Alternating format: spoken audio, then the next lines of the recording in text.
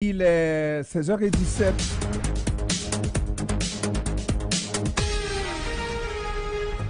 Alors, probablement qu'on n'aura pas Dominique pour ce premier tour parce que, on ne sait pas, mais pour l'instant, mesdames, messieurs, on va dans quelques secondes, on va voir s'il est là. Ah ben voilà, on en profite, pourquoi pas.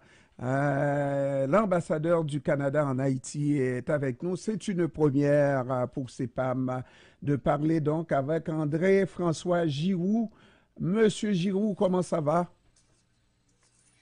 Ça va très bien pour moi, merci. Et vous? Oui, moi je dis ça va bien même quand ça va mal, Monsieur Giroux, parce que ça va mal dans mon pays d'origine, hein? Ben, c'est sûr que la situation est très préoccupante. Il y a beaucoup d'incertitudes. On est dans une période de transition et les transitions amènent toujours leur lot d'incertitudes, d'inconnus.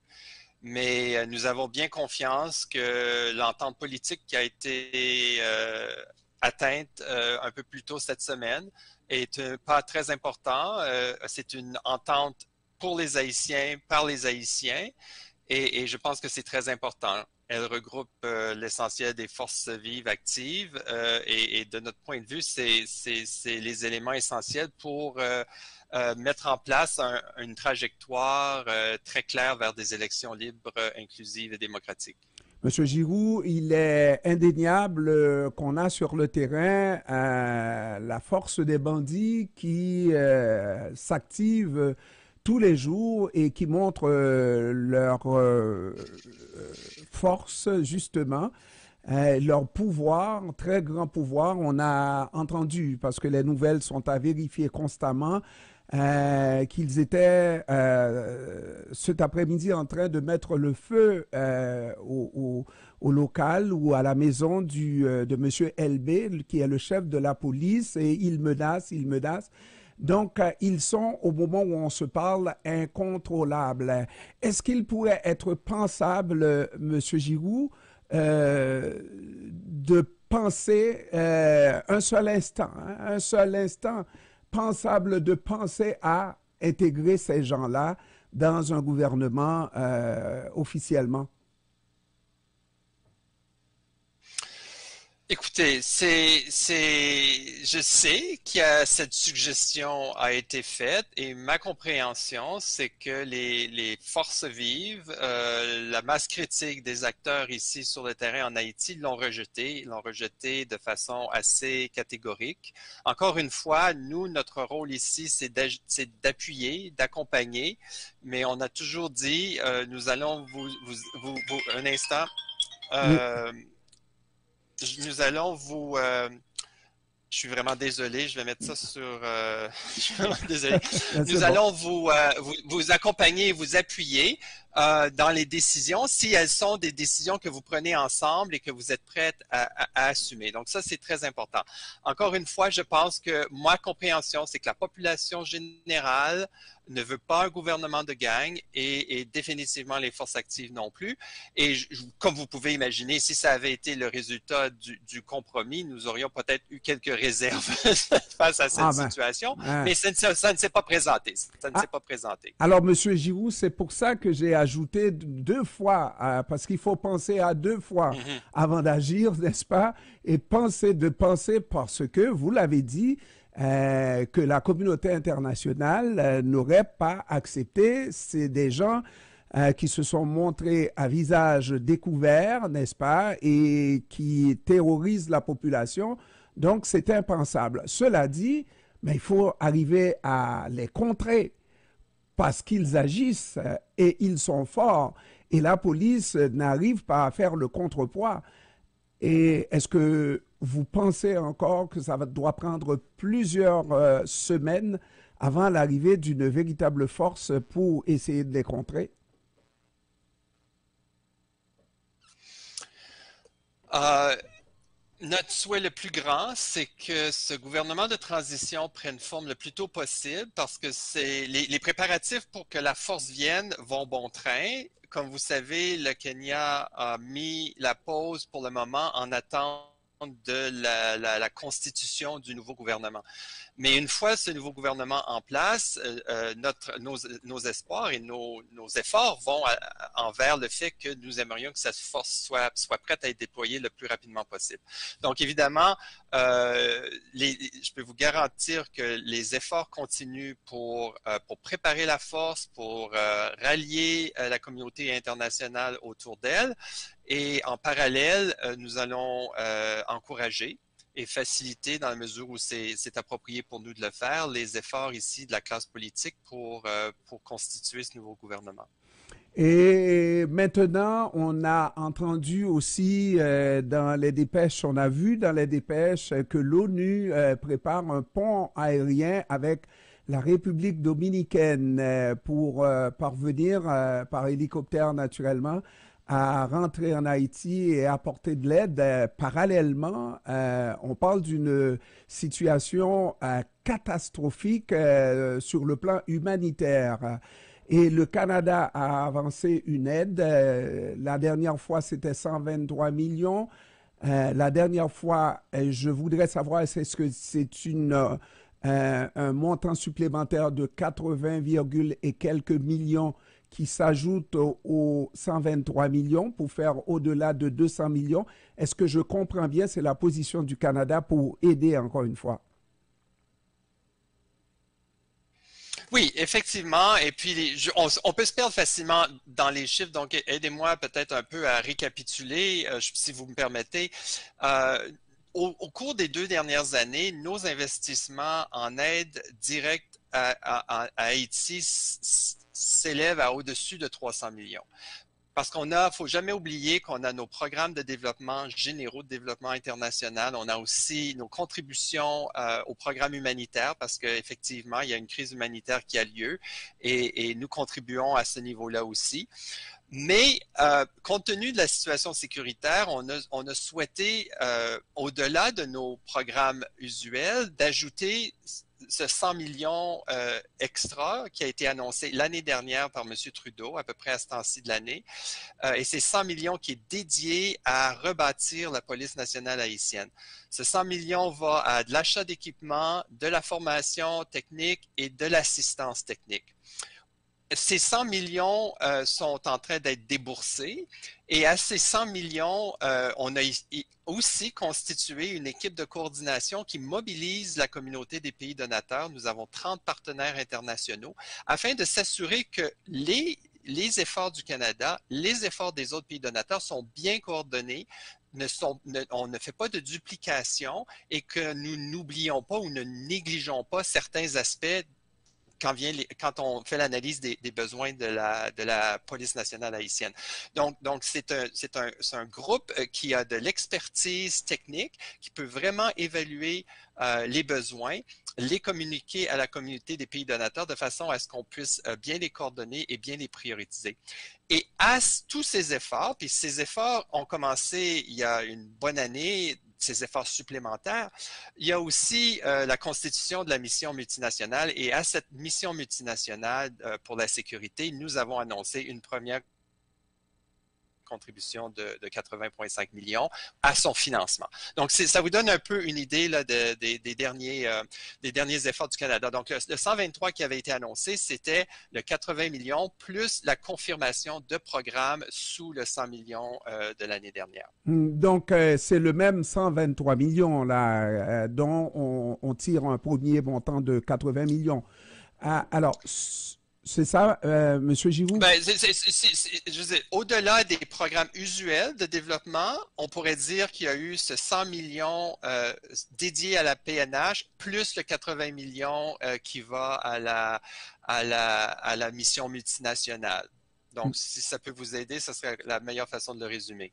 Maintenant, on sait que la première priorité pour les gens, c'est vraiment de pouvoir vivre en sécurité avec un minimum, n'est-ce pas, et d'être en sécurité. Et on a vu le Kenya régember un tout petit peu à cause de la démission de l'ex-premier ministre. Cela dit, est-ce qu'on est sûr que cette mission pour se déployer n'attendra pas, je ne sais pas, un mois, 2 mois avant de se déployer en Haïti pour effectivement changer la donne d'une certaine manière? Les Kenyans sont mobilisés, ils sont déterminés, ils ont mis une pause sur le déploiement en attente de la constitution du nouveau gouvernement, mais comme je vous expliquais, les préparatifs continuent.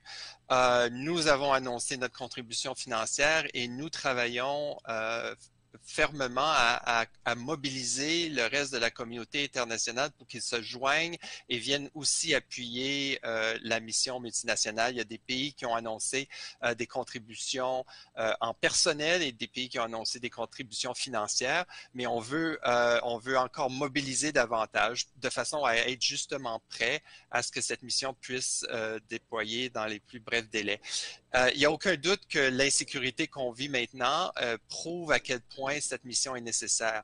La police nationale, comme vous savez, a fait face à de grands défis ces dernières années. Nous avons reconnu le besoin pour elle de se reconstruire, de se développer davantage, mais dans les circonstances, elle fait un travail extraordinaire et je pense qu'il ne faut pas oublier que oui, effectivement, elle ne peut pas être partout en même temps, mais elle réussit quand même à tous les jours à réouvrir des routes, à réouvrir le port, à sécuriser un quartier ici et là, mais c'est sûr que les gangs ont définitivement une emprise qui est devenue insoutenable sur la capitale, d'où l'importance de vraiment faire cet effort supplémentaire.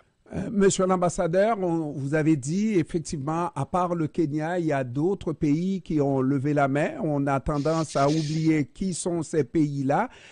Parce qu'essentiellement, 1000 policiers kenyans n'arriveront pas à bout de ces bandits-là qui se sont considérablement augmentés avec la grande prison qu'ils ont éventrée, n'est-ce pas, et libéré des centaines de prisonniers, quoi. Oui, effectivement, on parle pas du Kenya exclusivement. Ça n'a jamais été le souhait des Kenyans d'être seuls dans cette force. On parle vraiment d'une force multinationale. Et comme vous l'avez bien noté, il y a d'autres pays qui ont indiqué leur intérêt à joindre la force.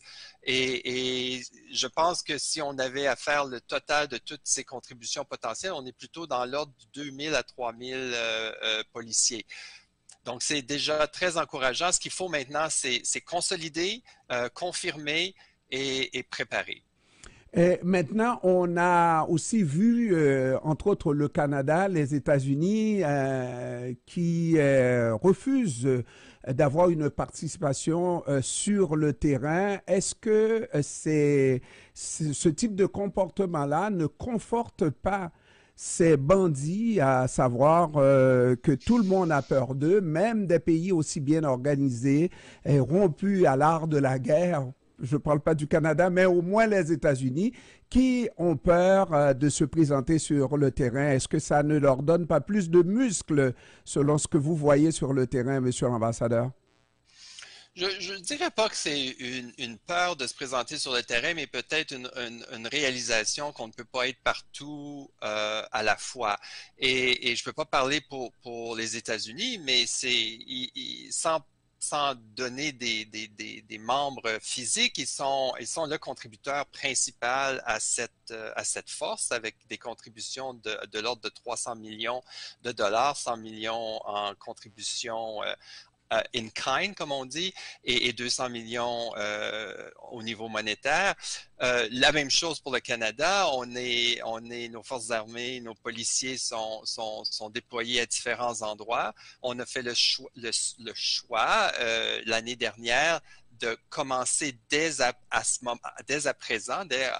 moment-là, de nous concentrer sur la reconstruction de la police nationale avec nos investissements en équipement, en formation technique. Ça, c'est des gens, ce sont de nos gens qui sont prêts à faire cette formation, qui se mobilisent pour faire cette formation, et notre assistance technique aussi.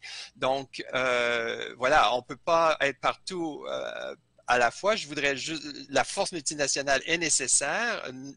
en ce moment, pour le Canada, la meilleure façon d'y contribuer est de façon financière, mais en parallèle, nos efforts continuent pour ce qui est de la mobilisation de la communauté des deux pays donateurs avec notre groupe de coordination et aussi notre formation technique en personne.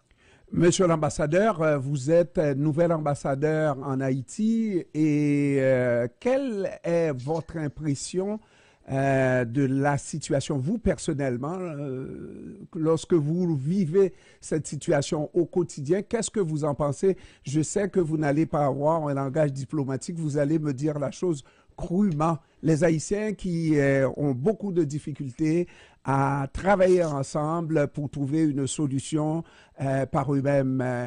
Et lorsqu'on regarde agir la communauté internationale, on dit de temps en temps, c'est la communauté internationale qui agit, qui prend des décisions pour Haïti, pour les Haïtiens. Ben, il y a peut-être cette perception, et peut-être que ça a été une réalité il y a une époque, mais je peux vous garantir que nous, toutes nos décisions, que ce soit en développement humanitaire ou en sécurité, sont toujours faites sous la lentille de la consultation avec les parties prenantes haïtiennes. On veut vraiment mettre en place des programmes qui ont été développés avec la partie prenante haïtienne pour les Haïtiens. Donc, je pense que ce qu'on a vu plus tôt cette semaine est la manifestation d'une volonté très claire des parties prenantes haïtiennes de dire nous souhaitons nous rassembler ensemble et passer à la prochaine étape. Et ce que vous avez vu, c'est essentiellement la communauté internationale l'endosser. On n'est pas là pour imposer, mais on est définitivement prêt à valider et appuyer quand justement ces conditions sont rassemblées. Solution haïtienne pour les Haïtiens.